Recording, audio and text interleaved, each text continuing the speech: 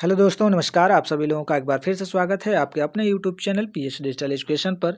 दोस्तों, आज की इस वीडियो में हम लोग टीजीटी पीएचडी के अंतर्गत पॉलिटिकल साइंस में एक टॉपिक दिया गया है दंड। आज हम लोग दंड को पढ़ने वाले हैं। ये हस्तलिखित पीडीएफ है दोस्तों। इस पीडीएफ के माध्यम से मैं आप लोगों को बताने का प्रयास करूंगा कि दंड क्या होता है, दंड के कौन कौन से सिद्धांत है और इनकी किस प्रकार से आलोचनाएं की गई हैं, उनको आज हम लोग पूरे विस्तार से पढ़ने वाले हैं।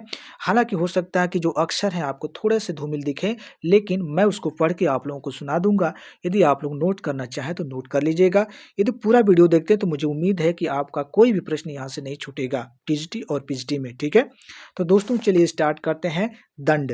तो दोस्तों, दंड के स्वरूप, उद्देश्य और परिणाम के अनुसार यदि हम लोग देखें तो दंड को तीन प्रमुख सिद्धांतों में बांटा गया है। कितने?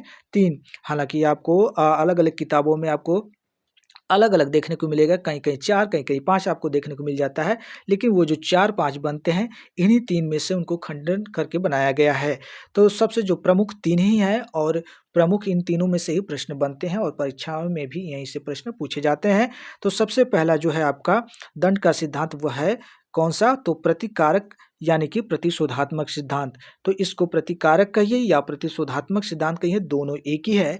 इसके बाद दूसरा जो है आपका निवर्तक यानी कि निरोधात्मक सिद्धांत। ठीक है, ये निवर्तक या निरोधात्मक सिद्धांत दोनों एक ही हैं। ठीक है, नाम अलग अलग हैं। तीसरा है आपका सुधारात्मक सिद्धांत। तो ये तीन है आपके दंड के मुख्य रूप से सिद्धांत। तो सबसे पहले हम लोग आइए देखते हैं प्रतिकारक या प्रतिशोधात्मक सिद्धांत क्या होता है। तो दोस्तों, यदि हम लोग प्रतिकारक या प्रतिशोधात्मक सिद्धांत की बात करते हैं तो प्रतिशोधात्मक सिद्धांत दंड संबंधित सबसे प्राचीन सिद्धांत है। तो याद रखिएगा, यह दंड संबंधित सबसे प्राचीन सिद्धांत है।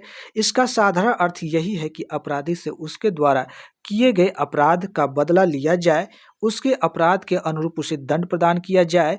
न्याय की यह मांग है कि अपराधी को उसके अपराध का प्रतिफल अवश्य मिले। यह दंड को निषेधात्मक पुरस्कार यानी कि नेगेटिव रिवार्ड कहा गया है। जो जिसका देय है उसे मिलना चाहिए। दंड का उद्देश्य नियम की प्रतिष्ठा को बनाए रखना और अपराधी को उसके दुष्कर्म का उचित फल प्रदान करना। यह सिद्धांत दंड को अपने आप में साध्य मानता है। इसलिए दंड संबंधी इस सिद्धांत को परिणाम निरपेक्षवादी सिद्धांत कहा जाता है। तो दोस्तों, यह जो सिद्धांत है यह सबसे प्राचीन सिद्धांत है। ठीक है, क्या है? सबसे प्राचीन सिद्धांत है। इसका यदि हम साधारण अर्थ में इसका मतलब देखें तो इसका अर्थ यही है कि जो जिस प्रकार का कार्य किया है उसे उसी प्रकार का उसको दंड मिलना चाहिए। ठीक है, इसलिए इसे निषेधात्मक पुरस्कार या नेगेटिव रिवार्ड भी कहते हैं। ठीक है, क्या कहते हैं? नेगेटिव रिवार्ड भी कहते हैं।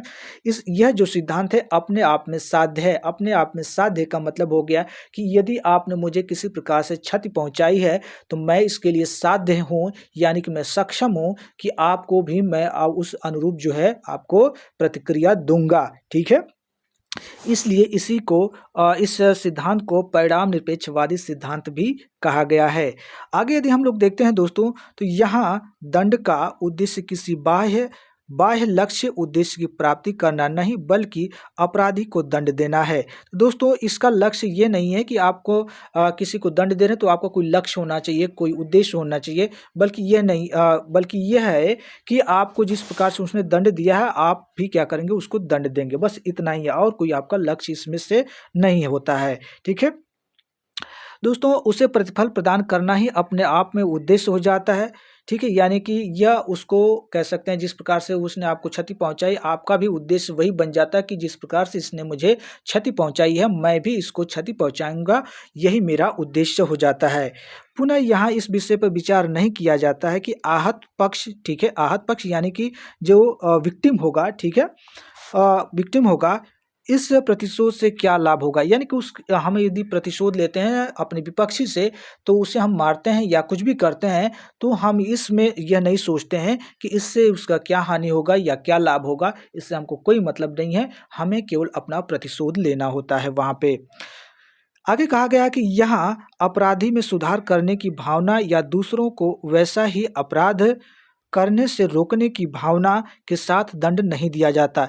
यानी कि यह दंड जो है आप जब देते हैं तो यह दंड की इस भावना से नहीं देते हैं कि आगे वह इस प्रकार से न कार्य करे। ठीक है, इस भावना से आप उसे दंडित नहीं करते। आपका जो कार्य होता है बस इतना होता है कि दंड के बदले यानी कि कार्य के प्रतिक्रिया के बदले आप उस हिसाब से आप अपना प्रतिक्रिया देंगे, जिस प्रकार से आपको उसने क्षति पहुँचाई।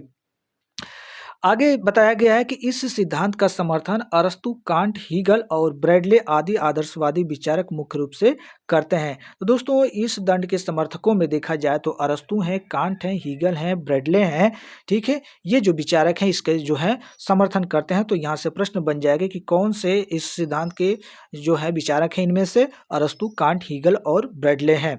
जर्मन दार्शनिक कांट का कहना है कि कर्तव्य के अनुसार फल प्राप्ति का प्रत्येक व्यक्ति को अधिकार है। यदि व्यक्ति बुरा कर्म करता है तो वह दंड का अधिकारी है। शर्त केवल यही है कि अपराध के अनुरूप दंड का विधान हो। दंड वस्तुतः दिए गए अपराध का उचित फल है। दोस्तों जो कांट हैं, जर्मन दार्शनिक कांट हैं, तो दोस्तों ये कहते हैं कि कर्तव्य केवल ये होना चाहिए कि जो है आपका फल प्राप्ति हो, ठीक है। फल प्राप्ति का मतलब कि इसमें जो जैसा करेगा उसको उस हिसाब से उसको फल मिलना चाहिए, ठीक है। वह दंड का अधिकारी है। यदि उसने इस तरह का कृत्य किया है यानी कि बुरा कार्य किया तो वह दंड का अधिकारी होगा। और शर्त बताते हैं केवल यही होगी कि अपराध के अनुरूप ही उसको दंड दिया जाए, यानी जिसका अपराध जिस तरह का है उस तरह का उसको दंड दिया जाए, ठीक है। इसी क्रम में ब्रैडले कहते हैं कि हम दंड इसलिए देते हैं क्योंकि दंड देना हमारा कर्तव्य है। दंड के लिए दंड दिया जाता है। तो दोस्तों ब्रैडले हैं, ब्रैडले कहते हैं कि हम दंड इसलिए देते हैं क्योंकि हमारा कर्तव्य है दंड देना, इसलिए हम दंड देते हैं। और दंड जो होता है वह दंड के लिए ही दिया जाता है और किसी कार्य के लिए नहीं दिया जाता है। आगे हीगल कहते हैं कि दंड एक निषेधात्मक पुरस्कार है यानी कि नेगेटिव रिवॉर्ड है और मनुष्य के अपराध का सहज प्रतिफल है। चूंकि राज्य समाज की आत्मा का प्रतीक है, अतः राज्य को दंड देने का नैतिक अधिकार।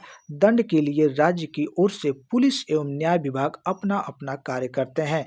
यानी यह कहते हैं कि जो राज्य को दंड देने का नैतिक अधिकार है और यह दंड जो है राज्य की ओर से जो कौन कौन से लोग देते हैं, पुलिस और न्याय विभाग अपने अपने तरफ से देते हैं। जिस प्रकार से जैसे मान लीजिए पुलिस, यदि आप गलत कार्य करते हैं तो पुलिस आपको गिरफ्तार कर लेगी। यदि वहाँ से आप न्यायालय में जाते हैं तो यदि आपका जो है अपराध सिद्ध होता है तो न्यायालय आपको जो है उस कार्य के अनुसार आपको दंडित करेगी।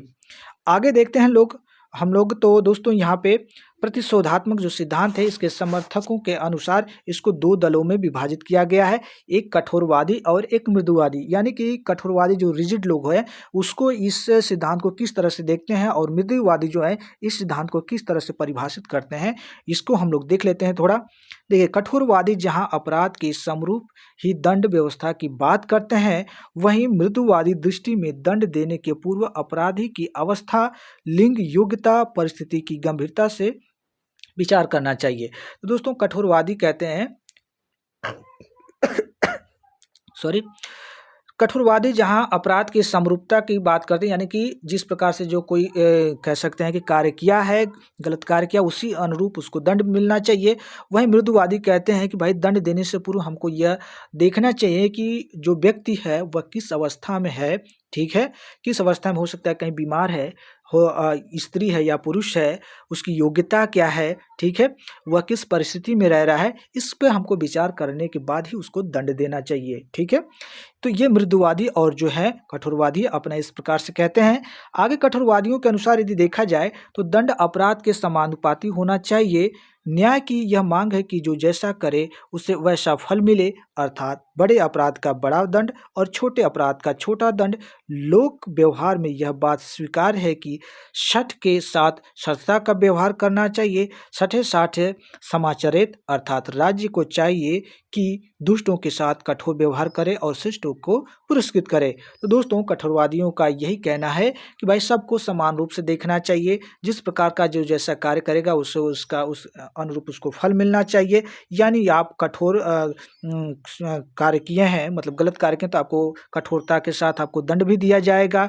यदि आप कह सकते हैं कि थोड़ा सा कह सकते हैं नॉर्मल आपने गलत कार्य किया है तो आपको उस अनुसार जो है आपको दंड दिया जाएगा। लेकिन यदि आप कोई कठोर व्यक्ति हैं तो आपके साथ उसी तरह से व्यवहार किया जाएगा और यदि शिष्ट व्यक्ति है तो उसको पुरस्कृत किया जाएगा। ये कठोरवादी इस तरह से कहते हैं। आगे देखिए बताया गया है कि कठोर जो है कठोर रूप के अनुसार दंड का स्वरूप अपराध के ठीक अनुरूप होता है। इस रूप में यह सिद्धांत जैसे को तैसा समर्थक यानी कि यह सिद्धांत यह कहता है कि जो दंड होगा वह अपराध के अनुसार ही मतलब अपराध के अनुरूप ही होगा जिस प्रकार का आपने अपराध किया है। यानी कि यह कहते हैं कि जैसे को तैसा, ठीक है। जो लोग जिस तरह का इस जो समर्थक हैं इसके कि जैसे को तैसा, उसी अनुरूप से ये लोग भी कहते हैं। और एक अपना सूत्र भी ये लोग दिए हैं। क्या सूत्र है? आँख के बदले आँख, दाँत के बदले दाँत। तो दोस्तों यह कहते हैं कि आँख के बदले आँख, यदि आपने मेरी आँख फोड़ी तो मैं भी आपका आँख फोड़ूँगा, यदि आपने मेरा हाथ तोड़ा है तो मैं आपका हाथ तोड़ूँगा, ठीक है? यानी आपने जिस प्रकार से मुझे मतलब क्षति पहुँचाए उसी प्रकार से भी आपको मैं दंड दूँगा। और मतलब राज्य के रूप में यही कहा जाता है कि आपने जिस तरह का कार्य किया है, कठोर कार्य किया है, तो आपको कठोर ही मतलब दंड मिलेगा, ठीक है? बहुत बड़ा यदि आपने गलत कार्य किया है तो बहुत बड़ी सज़ा आपको मिलेगी, ठीक है? जिसे अंग्रेजी में टिट फॉर टैट कहते हैं। देखिए, टिट फॉर टैट, आँख के बदले आँख, दाँत के बदले दाँत, ठीक है? तो ये शब्द आपने सुना होगा। आगे देखिए बताया गया कि दंड देने के क्रम में यह संदर्भ इच्छा व मानव के विवेक व परिणाम का उपयोग नहीं करता।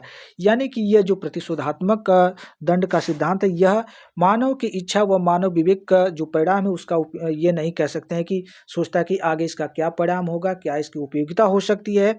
बस वह क्या है कि आपको दंड मिलना चाहिए आपके कार्य के अनुसार।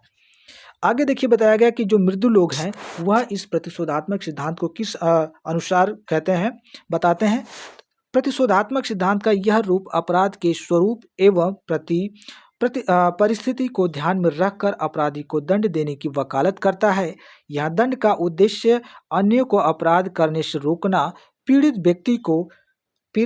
व्यक्ति की संस्कृति या अपराधी में सुधार करना न होकर नियम के प्रभुत्व की स्थापना करना है। क्रमशः अपराधी के अपराध की प्रकृति एवं परिस्थिति को ध्यान में रखकर उसके अनुपात में दंड दिया जाता है।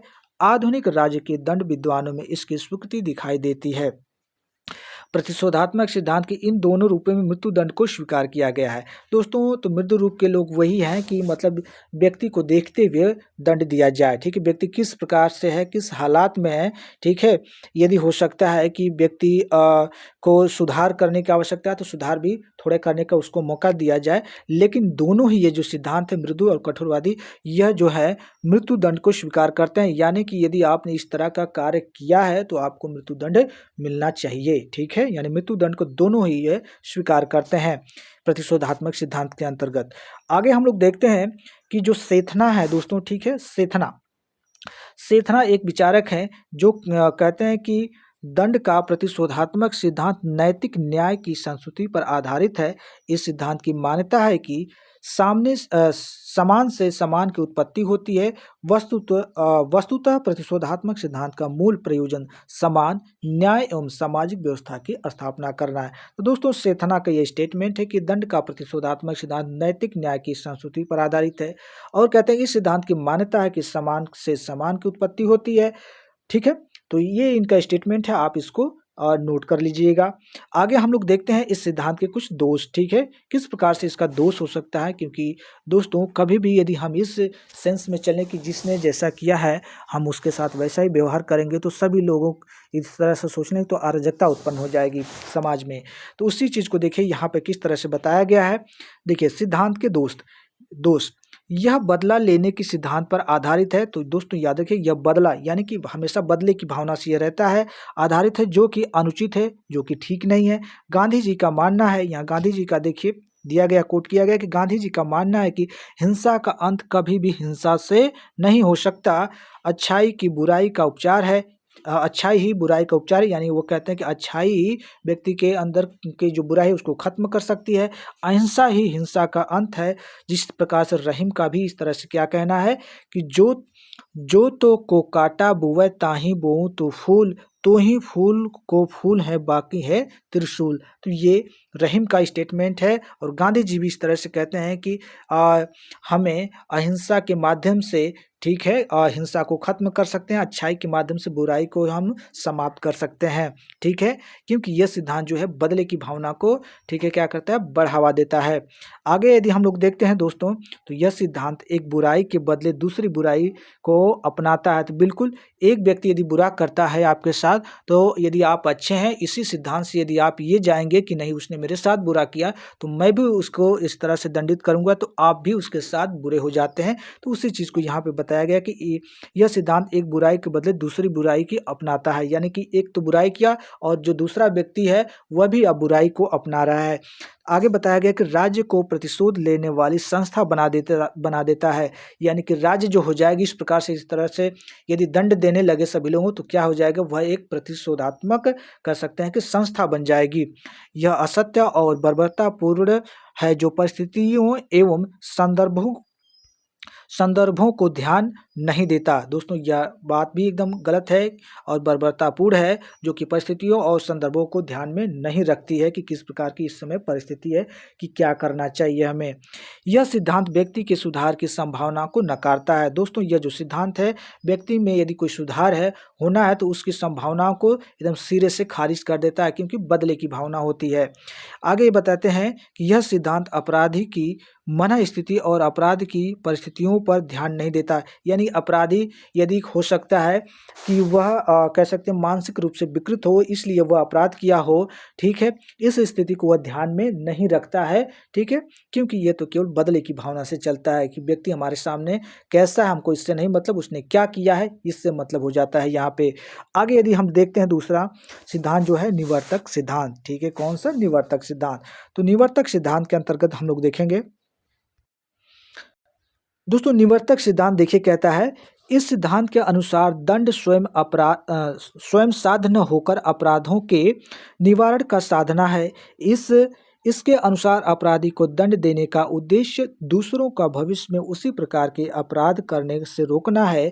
यहाँ अपराधी को दंड देकर दूसरों के लिए ऐसा उदाहरण प्रस्तुत किया जाता है जिससे हतोत्साहित एवं भयभीत होकर अन्य व्यक्ति वैसा अपराध करने का विचार त्याग दे। इसलिए इसमें दंड की मात्रा अपराध से अधिक कठोर होती है। इसी धारणा के आधार पर पहले छोटे छोटे अपराधों के लिए भी कठोर दंड की व्यवस्था होती है। दोस्तों निवर्तक सिद्धांत जो है, इस सिद्धांत के अनुसार जो है दंड जो है स्वयं में साध न होकर अपराधों के निवारण का साधना होता है, यानी कि इसलिए होता है कि भाई इसको इस तरह का दंड दिया जाए कि आगे चलकर इस प्रकार से कोई दूसरा यह काम न कर सके, ठीक है, यानी आपको इतना हतोत्साहित भयभीत कर दिया जाता है कि आप इस तरह से दोबारा भविष्य में कोई इस तरह का कृत्य न कर सके।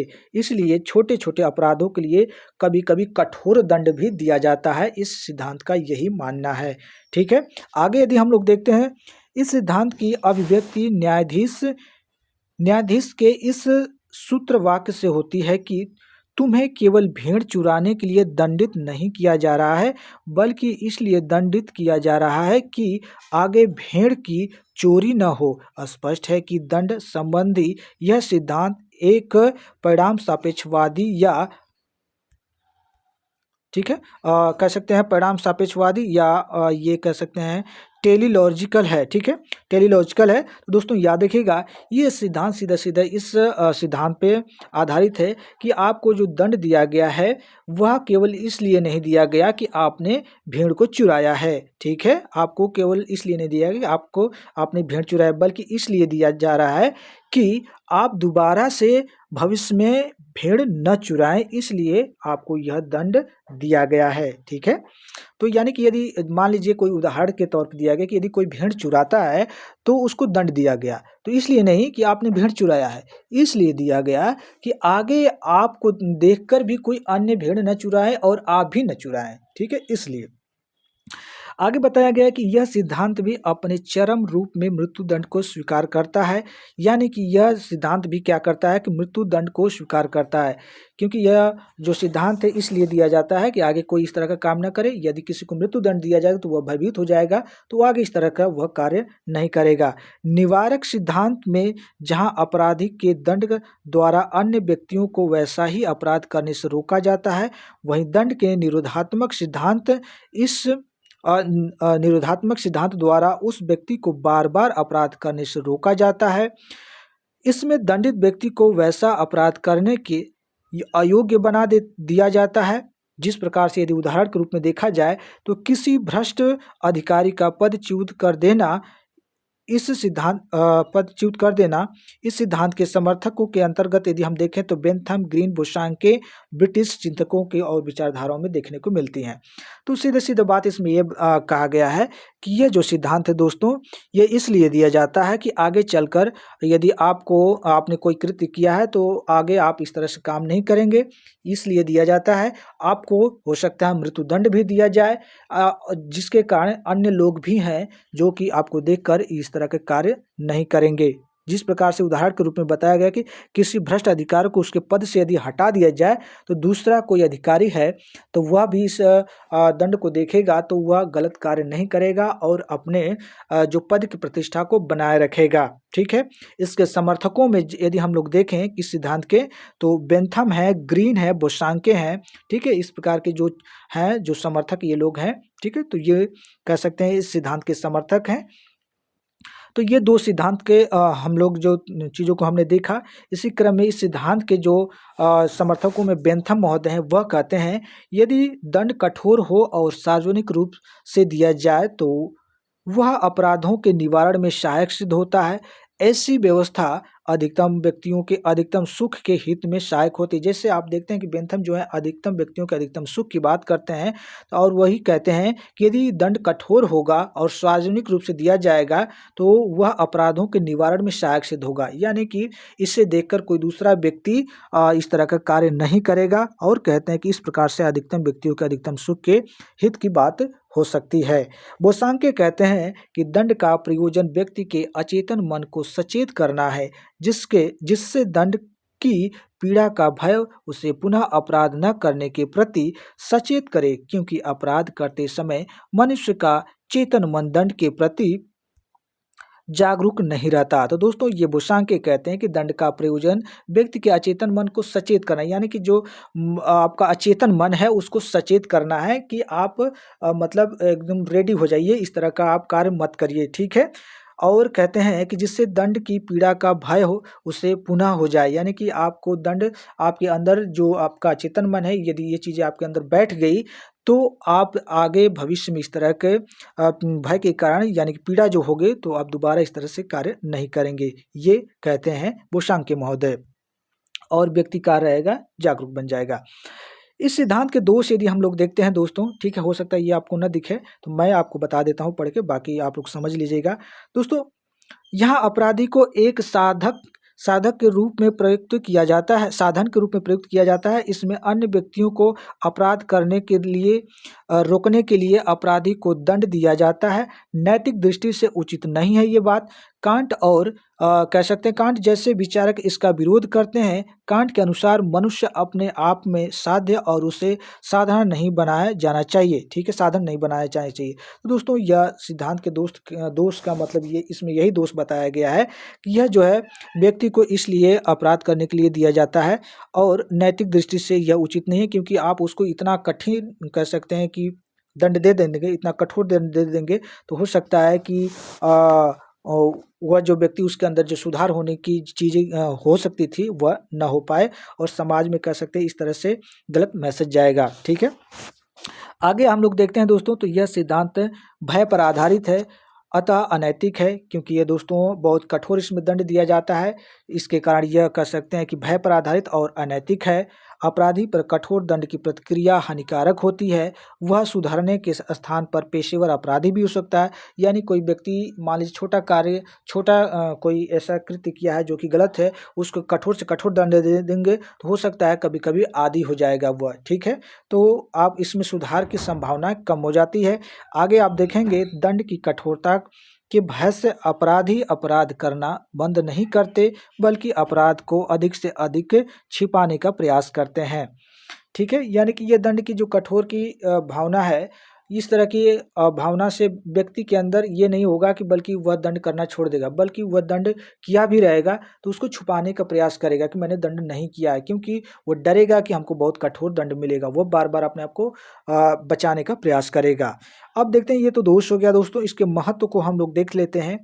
तो वर्तमान काल में आतंकवादियों से निपटने के लिए ऐसे दंड विधान का समर्थन किया जा सकता है, ठीक है। तो महत्व बस इसका केवल इतना ही है कि मान लीजिए कोई आतंकवादी है, उससे निपटने के लिए हम इस तरह के दंड की व्यवस्था कर सकते हैं, यानी कठोर से कठोर दंड उसको दे सकते हैं। देखिए अगला हम लोग जो देखेंगे वह आखिरी है आपका सुधारात्मक सिद्धांत, ठीक है, रिफॉर्मेटिव थ्योरी। दोस्तों इस सिद्धांत का उद्देश्य अपराधी में सुधार करना है, ठीक है। क्या है इस सिद्धांत का, यही सिद्धांत का उद्देश्य होगा इसमें कि व्यक्ति जो होगा यदि वो कोई अपराध करता है तो उसके अंदर सुधार करना है। दंड वास्तव में दंड के लिए न होकर सुधार के लिए होना चाहिए। यानी कि दंड जो है वास्तव में जैसे कि प्रतिशोधात्मक था कि दंड के लिए दंड होगा, इस यहाँ पर दंड के लिए दंड की बात नहीं, बल्कि दंड इसलिए दिया जाए कि व्यक्ति के अंदर सुधार हो, ठीक है। अपराधी के चरित्र में सुधार लाया जाए और उसकी मानसिक प्रवृत्तियों को सद्कार्यों की ओर उन्मुख कर उसे समाज के उत्तरदायी एवं उपयोगी सदस्य के रूप में प्रतिष्ठित किया जाए। इस सिद्धांत के समर्थकों का दृढ़ विश्वास है कि मनुष्य जन्म से अपराधी नहीं होता है। व्यक्ति के द्वारा किए गए अपराध केवल उसके संकल्प स्वातंत्र्य पर आधारित नहीं होते, बल्कि अपराधों के घटित होने में ऐसे सामाजिक एवं मनोवैज्ञानिक कारणों का बहुत बड़ा हाथ है जो उसके वश में नहीं है। अपराध एक मनोवैज्ञानिक रोग है एवं अपराधी एक मनोवैज्ञानिक रोगी। अतः सामाजिक एवं मानसिक परिस्थितियों में सुधार तथा शिक्षा द्वारा अपराधी में सुधार लाया जा सकता है। सुधार का अवसर देने में उसमें वांछित परिवर्तन आना स्वाभाविक है। तो दोस्तों यह जो है आपका सुधारात्मक सिद्धांत, यह इसी सिद्धांत पे आधारित है कि व्यक्ति को जो कह सकते हैं कि दंड दिया जा रहा है वह इसलिए दिया जाए कि ताकि व्यक्ति के अंदर सुधार हो, आगे इस प्रकार से वह कोई कार्य न कर सके, ठीक है। दूसरे लोग भी इससे देखें जिसके कारण समाज में नैतिकता बनी रहे, ठीक है। लोग इस बात से न डरें कि हम यदि कोई कार्य कर रहे हैं तो हमें कठोर दंड मिलेगा, और यदि कोई कार्य कर देते हैं तो वो अपने कृत्य को छुपाएं, ठीक है। यह बल्कि सिद्धांत इसलिए दिया जाता है कि यदि सुधार करने के उद्देश्य दिया जाएगा तो व्यक्ति अपने जो अपना कार्य किया रहेगा गलत कार्य तो उसको बता भी सकता है समाज में, ठीक है। आगे यदि हम देखते हैं तो गांधी जी क्या कहते हैं इस क्रम में, तो गांधी जी के अनुसार मनुष्य मूलतः पापी नहीं है, क्योंकि प्रत्येक व्यक्ति में जन्म से ही आत्मा के रूप में ईश्वरीय अंश विद्यमान है। आदमी मूल्यतः अच्छा आदमी होता है, परंतु गलत संस्कारों और परिस्थितियों के कारण वह पापी बन जाता है।